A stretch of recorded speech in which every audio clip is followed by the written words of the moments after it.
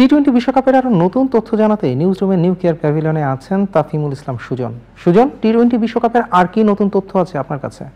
Sir, ধন্যবাদ আপনাকে। আপনি জানেন যে কিছুক্ষণ আগে যুক্তরাষ্ট্র ও ইংল্যান্ডের মধ্যকার ম্যাচটি শেষ হয়েছে। এই ম্যাচে ইংল্যান্ডের জয়ের সাথে প্রয়োজন ছিল অতিরিক্ত রান রেটের, সেটি ইংল্যান্ড কিন্তু কাজটি করে দেখিয়েছে। 11 ওভার 2 বল বাকি থাকেই তারা কিন্তু ম্যাচটি জিতে গেছে 10 উইকেটে। এর আগে কাজটি কিন্তু বোলাররা করে ফেলছে। জর্ডান 1 ওভারে হ্যাটট্রিক সহ 4টি উইকেট নিয়েছে। ব্যাটিংয়ে রাখে জর্জ বাটলার কিন্তু 38 বলে 83 রানের একটি বিধ্বংসী ইনিংস খেলেছেন।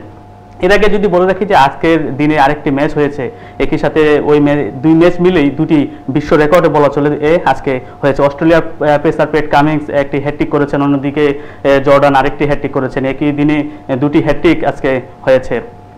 প্যাট কামিন্স কিন্তু এই বিশ্বকাপে দুটি হ্যাটট্রিক করেছেন। প্রথমটি বাংলাদেশের বিপক্ষে দিয়ে শুরু করেছেন, আজকে আরেকটি হ্যাটট্রিক তিনি আফগানদের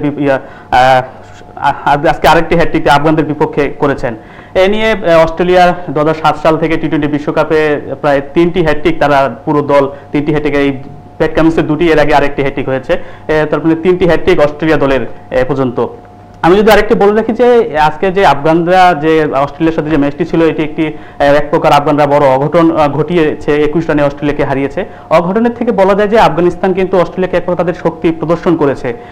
এর আগে বেশ কয়েকটি দ্বিপাক্ষিক সিরিজ, আফগান অস্ট্রেলিয়ার যে দ্বিপাক্ষিক সিরিজগুলো ছিল, এগুলো তালেবান ইস্যু, মানবাধিকার এবং নারী অধিকার নিয়ে তারা সিরিজগুলো অস্ট্রেলিয়া বাতিল করেছে। আজকের আফগানরা অস্ট্রেলিয়াকে হারিয়ে দিয়ে এক প্রকার তাদেরকে শক্তির জানান দিল যে আমরাও পারি।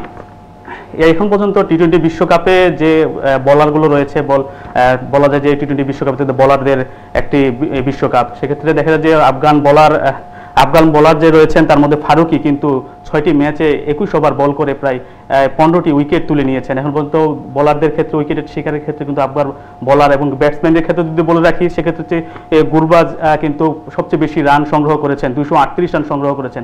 বলারের দিক থেকেও বাংলাদেশের 4 নম্বরে রয়েছেন তানজিম হাসান সাকিব, তিনি কিন্তু 11 উইকেট তুলে নিয়ে এই তালিকায় 4 নম্বরে রয়েছেন। অন্যদিকে যদি ব্যাটসম্যানদের কথা বলি, সেই তালিকায় কিন্তু বাংলাদেশের একজন রয়েছেন, তৌহিদ হৃদয়, কিন্তু এই তালিকায় 15 নম্বরে রয়েছেন, তিনি 139 রান সংগ্রহ করেছেন।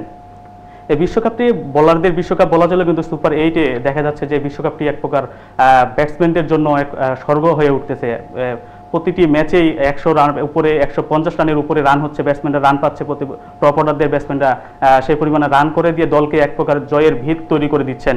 আমি আরেকটা বলে রাখি যে বাংলাদেশের যে কিছুদিন আগে আমাদের শামীম ভাইও বলতেছিলেন বাংলাদেশে একটা সুযোগ রয়েছে সেমিফাইনালের দিক থেকে, সেটা কিন্তু অনেক বড় একটা বাধা পেরোতে হবে। আফগানদের বিপক্ষে বিশাল ব্যবধানে জিততে হবে। অন্যদিকে